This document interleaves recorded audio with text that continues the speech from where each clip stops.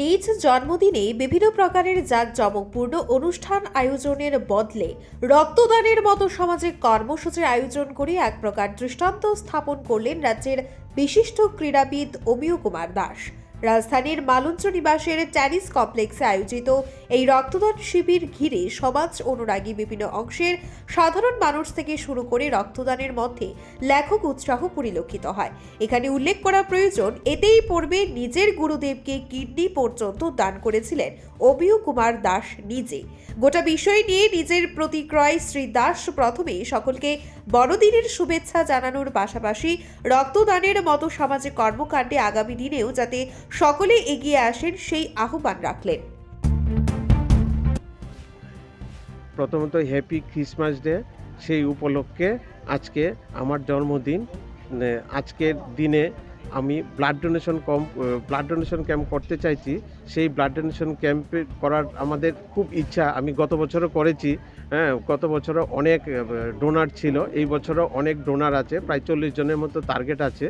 আমি এখন যে ব্লাডের যে মানে খুব ক্রাই, জীবিতে আমাদেরই অনেক স্টুডেন্ট থেকে আরম্ভ করে বিভিন্ন জায়গা থেকে ফোনাফুনি করে যে ব্লাডের জন্য। আমি চাই সমাজের ইয়ং যারা আছে সবাই এগিয়ে আসুক, জন্মদিনে বিভিন্ন সামাজিক সংস্থা এগিয়ে এসে ব্লাড ডোনেশন ক্যাম্প যাতে করে।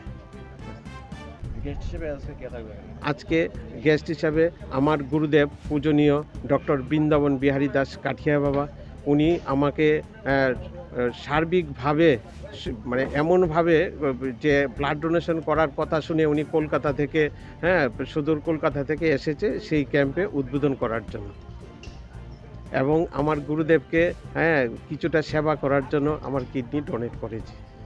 কবে? 1 মে এটা করেছি। এখন আমার গুরুদেব সুস্থ আছে, আমিও সুস্থ আছি, এবং আমি সমাজের কাছে ইয়ং জেনারেশন যারা আছে যে একটা কিডনি দিয়ে সবাই চলতে পারে, আমি একদম সুস্থ সবল হয়ে কাজ করছি। কিন্তু দেখা গেছে যে এখানে সমাজের মধ্যে ভাই বোনেরে দিতে চায় না, বাবা মাকে দিতে চায় না। আমি অ্যাপোলোতে অপারেশন হয়েছে, প্রচুর দেখেছি কিডনির জন্য ঘুরছে, কিন্তু একটা কিডনি দিয়ে সবাই চলতে পারে। আমি যেমন এখন সুস্থ আছি, গুরুদেবও সুস্থ আছে। আমি অমিয় কুমার দাস, ত্রিপুরা ট্রাইথলন অ্যাসোসিয়েশনের সেক্রেটারি।